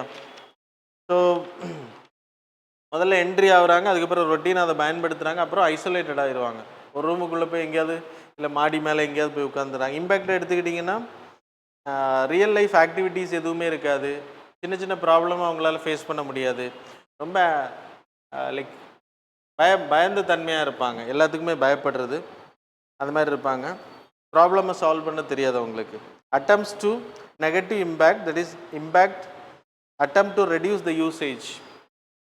அப்படின்னா நம்ம பழைய காலத்தில் யூஸ் பண்ண அந்த சோஷியல் ரிலேஷன்ஷிப், கல்ச்சர் ரிலேஷன்ஷிப், ஃபங்க்ஷன்ஸில் கலந்துக்கிறது, அரட்டை அடிக்கிறது, ஃபிசிக்கல் ஆக்டிவிட்டீஸ் லைக் போட்டிகளில் விளையாடுறது, இந்த மாதிரி ஆக்டிவிட்டீஸ் எல்லாம் அவங்கள்ட்ட இருக்காது. அப்புறம் டிபெண்டன்சி, சோஷியல் மீடியா எல்லாமே எதுவுமே அவங்களால பண்ண முடியாது. எல்லாத்துலேயும் சோஷியல் மீடியாவில் செக் பண்ணிகிட்டே இருப்பாங்க. I will go and check on ChatGPT அப்படின்ற மாதிரி நீங்கள் சொல்லுவீங்க எது சொன்னாலும், சரியா? Isolation from the society. So இதை எப்படி தடுக்க முடியும்னா அவேர்னஸ் மூலமாக தான் தடுக்க முடியும். ஸோ காசஸ் எடுத்தால் அல்காரிதம் டிசைன் அப்படி தான் பண்ணி வச்சுருக்காங்க, அவங்களுக்கு ப்ராஃபிட் பார்க்கணும். இப்போ எதனால் நியூஸ் வந்துன்னா கூகுள் அப்புறம் ஃபேஸ்புக்குன்னு நினைக்கிறேன், 2 பேரும் ஃபைன் பே பண்ணுறாங்க யூரோப்பியன் கண்ட்ரியில், யூஎஸில் லாஸ் ஏஞ்சல்ஸில். Meta and Google are liable to for addictions அப்படின்னு கோர்ட்டு சொல்லியிருக்கு.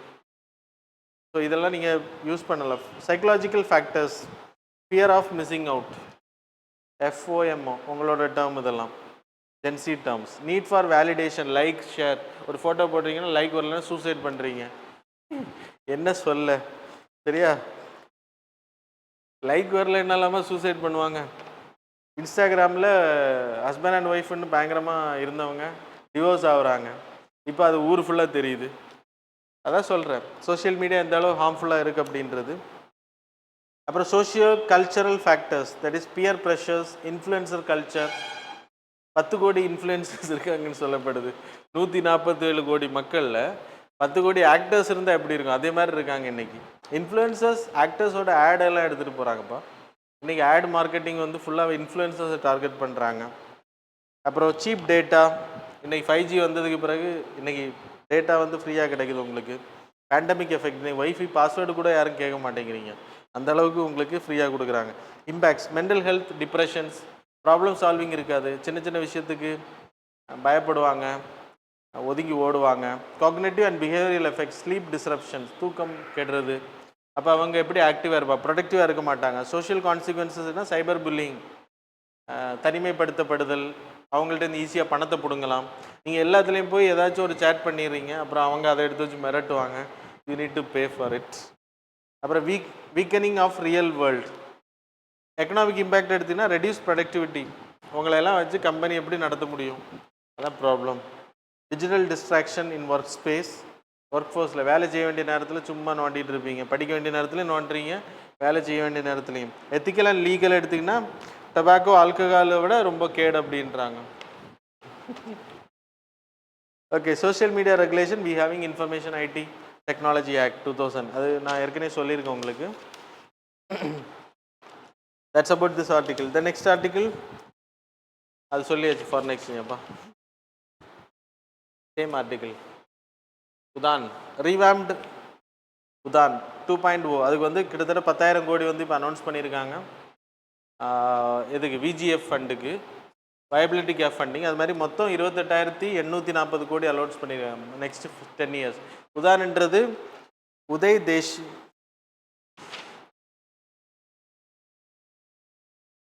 தேஷ் கா ஆம் நாகரிக் அப்படின்றது it's a Hindi word. 2016 it was launch. ஆக்சுவலாக எதுக்கு லான்ச் பண்ணாங்க அப்படின்னா, ஏர் கனெக்டிவிட்டி வந்து கிராமங்களுக்கு எடுத்துகிட்டு 2 tier 3 tier சிட்டிஸுக்கு எடுத்துகிட்டு போகிறது. நேஷ்னல் சிவில் ஏவியேஷன் பாலிசி அதன் அடிப்படையில் அதை கொண்டு வந்தாங்க 2016. டயர் 2 டயர் 3 எல்லாரும் இப்போ நீங்கள் சென்னை போனோன்னா பெங்களூர் ட்ரிவாண்ட்ரம் போகிறீங்க, இல்லைன்னா ஃபாரின் கண்ட்ரிஸ் போனோன்னா முன்னாடி சென்னைக்கு போவாங்க, ட்ரிவாண்ட்ரம் போவாங்க, இந்த மாதிரி போவாங்க. இப்போ தூத்துக்குடியை நீங்கள் பயன்படுத்துகிறீங்க. இப்போ கன்னியாகுமரியில் ஒன்று வச்சாலும் you will also use it. சரியா, யூ கேன் ட்ராவல். ஸோ இது வந்து என்ன பண்ணோம் அப்படின்னா டயர் 2 சிட்டிஸை வளர்றதுக்கு ஹெல்ப் பண்ணோம். ரூரல் பீப்புளும் என்ன பண்ணலாம், விவசாயம் ஃப்ளைட்டில் சென்னைக்கு போகலாம், அமெரிக்கா போகலாம், எங்கே வேணால் போகலாம். ஆனால் இப்போ அவங்க போக மாட்டாங்க, ஏன்னா ஃப்ளைட் இல்லை அப்படின்ற ஒரே காரணத்துக்காக. சரியா, அதனால் நம்ம கவர்மெண்ட் ஓகே சிலிண்டர் கொடுத்தா வாங்குவாங்க இப்போ. ஓகே, எனிவே கவர்மெண்ட்டோட அப்ரோச்சை நம்ம பாராட்டணும். ஏன்னா நிறைய டயர் 2 சிட்டிஸில் வந்து தொழில் நிறுவனங்கள் வராத காரணம் வந்து டிரான்ஸ்போர்ட் ஃபெசிலிட்டிஸ் இருக்காது. கம்பெனி ஓனர் வரணுன்னா ரோடு வழியாக வரணும், அவர் வரமாட்டார். அப்போ எப்படி கம்பெனி ஆரம்பிப்பாங்க? அதனால் அந்த ப்ராப்ளம்ஸ் இருக்குது. ஓகே, ஸோ இது எதுக்கு ரீவாம் பண்ணுறாங்க, என்னென்ன பண்ணுறாங்க பண்ணுறாங்க அப்படின்னா சப்சிடி எக்ஸ்டெண்ட் பண்ணுறாங்க. முன்னாடி 5 இயர்ஸுக்கு கொடுத்துருந்தாங்க, 3 இயர்ஸுக்கு மட்டும்தான் சப்சிடி கொடுத்தாங்க. இப்போ எக்ஸாம்பிள் இண்டிகோ நிறுவனம் கன்னியாகுமரி டிஸ்ட்ரிக்டில் வந்து ஒரு இது பண்ணணும் அப்படின்னா அவங்க முதல்ல அவங்க ப்ராஃபிட் ஏர்ன் பண்ண முடியாது. அப்போ they will get some exemption, that is அவங்க விமானத்தை நிப்பாட்டி வைக்கிறதுக்கான அந்த சார்ஜ் எல்லாம் கம்மி பண்ணுவாங்க, என்ட்ரி இதெல்லாம் கொஞ்சம் கம்மி பண்ணி அவங்களுக்கு ஃப்ரீயாக கொடுப்பாங்க. அது ஒரு முதல்ல 3 வருஷம் இருந்துச்சு, இப்போ 5 வருஷம் வரைக்கும் அதை எக்ஸ்டெண்ட் பண்ணியிருக்காங்க. அது மாதிரி வயபிலிட்டி கேப் ஃபண்டிங், ப்ராஃபிட் வரலைன்னா அதுக்கு வந்து கவர்மெண்ட் வந்து காம்பன்சேட் பண்ணுவாங்க. 100 நியூ ஏர்போர்ட்ஸ் வந்து டெவலப் பண்ணணும் அப்படின்ற டார்கெட். ஒவ்வொரு ஏர்போர்ட்டும் 100 crore. ஆனால் எங்கே பண்ணுறதுன்னு தான் தெரில. ஓகே, ஹெலிபேட், ஹெலிகாப்டர் நீங்கள் கன்னியாகுமரி டிஸ்ட்ரிக்டில் எங்கே கொடுக்குறீங்க இடம்? ஹெலிபேட்ஸ் 200 பிளான் பண்ணியிருக்காங்க. கரண்ட் அஃபேர்ஸ் கிளாஸ் எப்படி மாறிட்டு இருக்கு? ஓகே, ரிவாம்டு உதானில் பொறுத்த வரைக்கும் எதுக்காக இது தேவை அப்படின்னா இதான் உங்களுக்கு கொஸ்டின்ஸ். ஹை ஸ்கியூட் ஏர், இப்போ நீங்கள் மும்பை, சென்னை இந்த மாதிரி ஏரியாஸில் இருந்து தான் நீங்கள் இன்றைக்கி ஒன்று ஓப்பன் பண்ணியிருக்காரு. செலவு அப்டேட்டடா நோய்டாவில் ஓப்பன் பண்ணியிருக்கேன் இன்டர்நேஷ்னல் ஏர்போர்ட். அப்போ அதை சார்ந்து தான் நம்ம போக வேண்டியது இருக்குது. அதனால இது டயர் 2 சிட்டிஸில் இம்பார்ட்டன்ட். தென் ரீஜனல் இம்பேலன்சஸ் இன் ஏவியேஷன் ஆக்சஸ். நம்ம வண்டி இருந்தால் தான் நம்ம ஏற முடியும், ட்ரெயின் இருந்தால் தான் நம்ம ஏற முடியும். அதனால் ஏவியேஷன் வந்து வரணும் கிராமங்களுக்கு. Under utilisation of existing, British காலத்தில் கிட்டத்தட்ட 400 ஏர் ஸ்ட்ரிப்ஸ் பயன்படுத்தினாங்களாம். அது எல்லாமே இன்றைக்கி செயல்படுத்த முடியாமல் இருக்குது. அதில் 75 தான் நம்ம இன்றைக்கி பயன்படுத்திகிட்டு இருக்கோம்னு சொல்கிறாங்க. மீதி 400 எங்கே அப்படின்னு தேடுறாங்க. அதுக்காக இந்த ஸ்கீமை இன்ட்ரடியூஸ் பண்ணுறாங்க. எனக்கு என்னமோ இன்னைக்கு பொலிட்டிக்கலாக போயிட்டுருக்கு. Okay, lower air penetration in India. USA எடுத்துக்கிட்டா 2 trips per person a year. இங்கே வந்து 0.1%. ரொம்ப லோவாக இருக்குது இந்தியா பொறுத்த வரைக்கும். ஹை காஸ்ட் பேரியர், நிறைய பேர் ட்ராவல் பண்ணாங்கன்னா ரேட்டு கம்மி பண்ணுவாங்க. இதெல்லாம் சொல்கிறதா, ரியாலிட்டியில் இல்லை, அதனால சிரிப்பு தான் வருது. நிறைய பேர் வாங்கினா விலை குறையுன்ற மாதிரி. Okay, poor connectivity in strategic remote area, அதை அதிகப்படுத்துறதுக்கு. Hindrance of regional economic growth, multi modal transport சிஸ்டமை கொண்டு வர்றது, இதெல்லாம் தான் இதோட டார்கெட்டு. ஓகே, படிச்சுக்கோங்க. இந்த நெக்ஸ்ட் ஆர்டிக்கிள் இது கொஞ்சம் இம்பார்ட்டன்ட். அப்டேட்டட் என்டிசி டார்கெட்டை வந்து அப்டேட் பண்ணிடுறேன். என்டிசினா nationally determined contribution. Paris climate change அக்ரிமெண்ட்டில் இதை இன்ட்ரடியூஸ் பண்ணாங்க. 2100 போகும்போது நம்மளோட டெம்பரேச்சர் வந்து 2 டிகிரிக்குள்ளே கண்ட்ரோல் ஆகணும். இப்போ கரண்டாக நம்ம 2.3 வந்துட்டோம், 1.3 வந்துட்டோம். ப்ரீ இண்டஸ்ட்ரியல் லெவலில் நம்ம எமிஷன் ரிலீஸ் பண்ண அளவு ஹீட் டெம்பரேச்சர் அதை வந்து 1 டிகிரி செல்சியஸுக்குள்ளே கண்ட்ரோல் பண்ணுறது. 2100 போகும்போது அட்லீஸ்ட் 2க்குள்ளேயாவது நிற்கணும் அப்படின்னு. ஆனால் இப்போ உள்ள கணக்குப்படி 3 வரைக்கும் போகும் அப்படின்றாங்க ஹீட்டு. அதை டார்கெட் பண்ண Paris climate change agreement, Kyoto புரோட்டோகாலுக்கு பிறகு பாரிஸ் கிளைமேட் சேஞ்ச் அக்ரிமெண்ட். அதில் வந்து நேஷ்னலி எல்லார்கிட்டையும் கம்பல்ஷனாக கேட்காம நீ அதை பண்ணு இல்லைன்னா பெனால்ட்டி பே பண்ணணும்னு சொல்லாமல் எல்லோரும் அவங்கவுங்க நீங்கள் என்ன பண்ணுவீங்க. அதனால தான் இந்தியா ரொம்ப உற்சாகமாக பண்ணிகிட்டு இருக்கு. வி ஆர் இன் 3rd கேட்டகரியில், நம்ம அடுத்த ஃபேஸில் இருக்கும். அதனால் உங்களால் என்ன செய்ய முடியுமோ அதை பண்ணுங்கள் குளோபல் கிளைமேட் சேஞ்சை தடுக்கிறதுக்கு அப்படின்றதுனால nationally determined contribution, that is intended nationally determined. நம்ம சுயமாக திங்க் பண்ணி நம்ம என்ன பண்ண முடியுன்றதை சொல்லுவோம். அதில் என்னெல்லாம் அச்சீவ்மெண்ட் பண்ணுறோம் அப்படின்றத 5 வருஷத்துக்கு ஒரு வாட்டி ரிவ்யூ பண்ணி, 3 வருஷத்துக்கு ஒரு வாட்டி ரிவ்யூ பண்ணி, 5 வருஷத்துக்கு ஒரு வாட்டி அதை சேஞ்ச் பண்ணி ஹையர் டார்கெட் ஃபிக்ஸ் பண்ணுவோம். அதான் நம்ம பண்ணிகிட்டு இருக்கோம். 2020 இது நடைமுறைக்கு வந்துச்சு. ஃபஸ்ட் டார்கெட் முடிஞ்சு அப்புறம் செகண்ட் டார்கெட் இப்போ முடிய போகுது. பஞ்சமிர்த் நம்ம லான்ச் பண்ணோம். 1 பில்லியன் டன்ஸ் ஆஃப் ஃபாரஸ்ட் நம்ம உருவாக்குறது, கார்பன் சீக்வஸ்ட்ரேஷன். இது பஞ்சமிர்த் நான் சொல்கிறேன். அது மாதிரி கார்பன் இன்டென்சிட்டி வந்து 45% அதோட லெவலை வந்து கம்மி பண்ணுறது. 2005 பேஸ் இயராக வச்சு அதை கம்மி பண்ணுறது. 50% நம்ம வந்து க்ரீன் எனர்ஜி, ரினியூவபிள் எனர்ஜியில் அதை நம்ம ஆல்ரெடி டார்கெட்டை தாண்டிட்டோம். 52% we having renewable energy now. இதெல்லாம் பெரிய அச்சீவ்மெண்ட்ஸ். அது மாதிரி 500 ஜிகாவாட்டுக்கான நான் ஃபாசில் ஃபியூவல் கிரியேட் பண்ணுறது, எலக்ட்ரிசிட்டி உருவாக்குறது. Achievement of net zero emission 2070. இதை தவிர எனக்கு தெரிஞ்சு எல்லாமே அச்சீவ் பண்ணியாச்சு. இல்லை, சிரிக்கிறதுக்கு இல்லை. 1 பில்லியன் டன்னில் கிட்டத்தட்ட நம்ம நிறைய அச்சீவ் பண்ணிட்டோம். ஆல்ரெடி இருந்த காடு ஃபாரஸ்ட் எல்லாம் மாற்றியாச்சு. ஒரு வாழை நட்டாலும் அதை காட்டில் சேர்க்கிறோம். அதான் ப்ராப்ளம். இந்தியாவில் ஏமாத்துறதுக்கு நிறைய வழி இருக்கு. Okay, anyway at least we are in பேப்பரில் வி ஆர் ஹாப்பி. இப்போ அடுத்த டார்கெட் சொல்லும்போது இன்னும் சிரிப்பீங்களே. ஓகே, 1 பில்லியன் டன்னுக்கு என்ன பண்ணியிருக்காங்கன்னா 2.3 3 பில்லியன் டன்னுக்கான கார்பன் டை ஆக்சைடு சீக்வஸ்ட்ரேஷன் பண்ணுறது. ஆல்ரெடி நம்ம 1 பில்லியன்லேருந்து 2 பில்லியன் போட்டிருந்தோம். இப்போது 3.5லேருந்து 4.4 பில்லியன், ஆல்ரெடி 2 பில்லியன் தானே டன்னுக்கான கார்பன் டை ஆக்சைடு எமிஷன்ஸை வந்து சீக்வஸ்ட்ரேஷன் பண்ணுறது. 45 இன்டென்சிட்டி சொன்னேன் இல்லையா, கார்பன் டை ஆக்சைடு இன்டென்சிட்டியை குறைக்கிறது, அதை வந்து 47 அதிகப்படுத்துறது. அப்புறம் 50% நம்ம டார்கெட் ஆல்ரெடி அச்சீவ் பண்ணிடுறோம். 52% இருக்கும் இன்றைக்கி.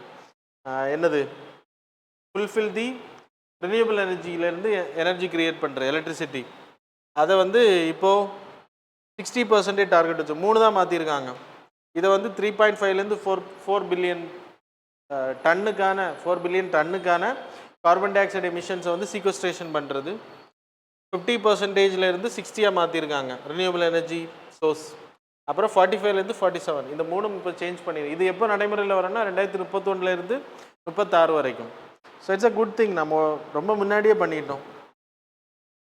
அதான் ஆச்சரியமாக இருக்குது. ஓகே, எனிவே எதுக்காக இதெல்லாம் பண்ணுறோம் அப்படின்னா, நான் ஏற்கனவே சொன்னது, இந்த டார்கெட் அச்சீவ் பண்ணுறது. ஸோ பஞ்சமிர்த்தும் உங்களுக்கு தேவை, இதுவும் இப்போது தேவை. இப்போது கம்மிங் இயரில் நடக்க இருக்குது மீட்டிங், சரி, அதில் இதை இனிஷியேட் பண்ணுவாங்க. So that's about this part. Next article fast. Next QS world rating. Okay, good.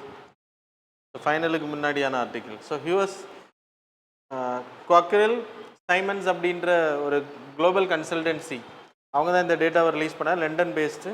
1900 இன்ஸ்டியூட்டை India 100 கண்ட்ரீஸில் எடுக்கிறாங்க. அதில் நல்லா பெர்ஃபார்ம் பண்ணக்கூடிய இன்ஸ்டிடியூஷன்ஸுக்கு வந்து ரேங்கிங் கொடுக்குறாங்க. So display the PDF, that is enough. எவ்வளோ நேரம் தான் பார்ப்பாங்க. IIT ISM, that is engineering mineral and mining, அவங்களுக்கு வந்து இந்தியாவில் 21வது ரேங்க். இந்தியாவில் வேர்ல்டில் 21வது ரேங்கு. இந்தியாவில் போன வருஷம் 20 ரேங்க் எடுத்தாங்க, இப்போ 21. அவங்க தான் ஃபஸ்ட்டு இந்தியாவில். அது மாதிரி ஐஎம் அகமதாபாது கிடச்சிருக்கு 21, 27லேருந்து 21 வந்திருக்காங்க.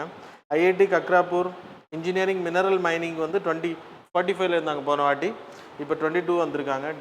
Saveetha institute of medical and technical science, டென்டன்ஸ்ட்ரிக்கு வந்து பல் சம்மந்தமான படிப்புக்கு வந்து 25வது ரேங்க் கிடச்சிருக்கு அவங்களுக்கு.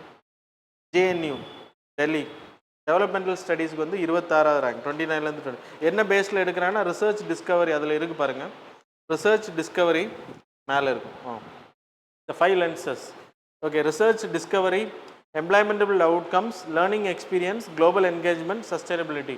மெயினாக கம்பெனிஸில் போய் கேட்பாங்க, சவிதா கல்லூரியிலேருந்து படிச்சுட்டு வரவங்க எப்படி பெர்ஃபார்ம் பண்ணுறாங்கன்றத. எம்ப்ளாயபிலிட்டி ஆப்பர்ச்சுனிட்டி இருந்தால் மட்டும்தான் கொடுக்குறாங்க. So that is main thing. Good. நம்ம எடுக்கக்கூடிய டேட்டா இல்லை, இது ஃபாரின். ஸோ கொஞ்சம் நல்லா இருக்கும்னு நினைக்கலாம். So that's about this part. The next final, National Council for Transgender. Already நான் உங்களுக்கு டிரான்ஸ்ஜெண்டர் பில்லை பற்றி சொன்னேன். டிரான்ஸ்ஜெண்டர்னா யாருன்னு சொன்னேன். அதை நீங்கள் பார்த்துக்கோங்க. லாஸ்ட் ஆர்டிக்கிள் தானே? ஓகே, லாஸ்ட் ஆர்டிக்கிள் இல்லைன்னா அதுக்கு முந்தின ஆர்டிக்கிளை பாருங்கள். 19 இல்லைன்னா 18 ஆர்டிக்கிளாக இருக்கும், அதில் பாருங்கள். அதில் நான் உங்களுக்கு டிரான்ஸ்ஜெண்டர் பில்லை பற்றி சொன்னேன். அதில் என்ன அமெண்ட்மெண்ட் பண்ணியிருக்காங்கன்னா, டிரான்ஸ்ஜெண்டர் அப்படின்னு நம்ம இப்போ நான் மேலுன்னு சொல்ல முடியும், சர்டிஃபிகேஷன்லாம் தேவையில்லை நமக்கு. ஆனால் டிரான்ஸ்ஜெண்டருக்கு வந்து அவங்க வந்து டிரான்ஸ்ஜெண்டர்னு சொன்னாலுமே they need to give a certification. The certification given by the collector.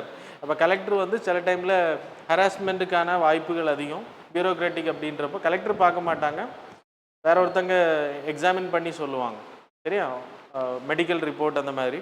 அப்போ அது சர்டிஃபிகேஷனுக்கான தேவை என்ன, டிரான்ஸ்ஜெண்டர்னு நம்ம சொல்கிறவங்கள நம்ம ஏற்றுக்கணும் அப்படின்றது இதில் சொல்லப்படுது. But it's a problem. அதனால் இப்போ டிரான்ஸ்ஜெண்டர் கவுன்சிலில் இருந்து 2 பேர் ரிசைன் பண்ணியிருக்காங்க. That's what came in news. National transgender bill 2019 அந்த ஆக்டாக மாறுது. அந்த ஆக்டில் தான் national transgender council was created. It's a statutory body. Chairperson வந்து union minister for social justice and empowerment. Vice chairperson வந்து union minister of state social justice. அப்புறம் 10 central government department joint secretary லெவலில் இருக்கிறவங்க இருப்பாங்க. Home ministry, rural development, labour law. அப்புறம் representative from the all the states, that is south, north, west அப்படின்ட்டு. அப்புறம் transgender member கம்யூனிட்டியிலேருந்து 5 பேர் இருப்பாங்க. Additional members from ministry of personnel, public pensions அதுலேருந்து இருப்பாங்க. Human rights, national commission for உமன்லேருந்து. இவ்வளோ பேர் இந்த கவுன்சிலில் இருந்து தான் டிரான்ஸ்ஜெண்டருக்கான நலனை பற்றி யோசிப்பாங்க. இதுக்கு இவ்வளோ பேர் தேவைன்றது தெரில, எல்லாமே கிரிட்டிக்கலி திங்கிங்கில் இருக்குது. Okay, so that's about this article. The next article, there is a butterfly was identified in Arunachal Pradesh. Zubain Garg. Zubain Garg என்றது அதோட நேம் கிடையாது, ஆக்சுவலாக ஒரு சிங்கர் தானே அவர், சுபைன் கார்க். இப்போ சிங்கப்பூருக்கு போனப்போ அவர் இறந்து போனார்ல, டைட் இன் தி, ஸோ அதில் அது ஒரு கான்ட்ரவர்ஷியல் ஆல்சோ. அவரோட பேர் கல்ச்சரல் ஐகான், அவர் பேரில் தான் இந்த பேர், இதுக்கு வந்து அந்த பேர் கொடுத்துருக்காங்க. It was very lucky. So colourful butterfly Arunachal பிரதேஷில் ஐடென்டிஃபை பண்ண லெப்பரடே அப்படின்ற டிஸ்ட்ரிக்டில் it was identified. It was named as எத்துல்யா ஜுபைன் கார்கி அப்படின்னு பேர். ஒரு 2 மேல் ஒரு ஃபீமேல் நம்ம ஐடென்டிஃபை பண்ணிடுறோம். 2 males, only 2 males. Okay, only 2 males were identified. Semi evergreen forest ஏரியாவில் தான் இருக்குது. 600லேருந்து 750 meters ஹைட்டில் ஈஸ்டர்ன் ஹிமாலயஸ் ரீஜனில் தான் ஐடென்டிஃபை பண்ணியிருக்காங்க. So it's a important thing. இது கொஷின்ஸ் கேட்கலாம். So that's about the total articles. It's a very big video. Pause it and you can watch it later also. So thanks எல்லாம் for joining with us. Answer சொல்லணுமோ? Okay, question இன்னைக்கு போடலை. இப்போ previous current அஃபேர்ஸோட MCQ answer. Question number 1 answer is D. Display ஆகுதா? Okay. Second C, answer is C. Third வந்து A, fourth வந்துட்டு D. So that's all about the current affairs and MCQ. Thanks a lot for joining with us. Longest current affairs.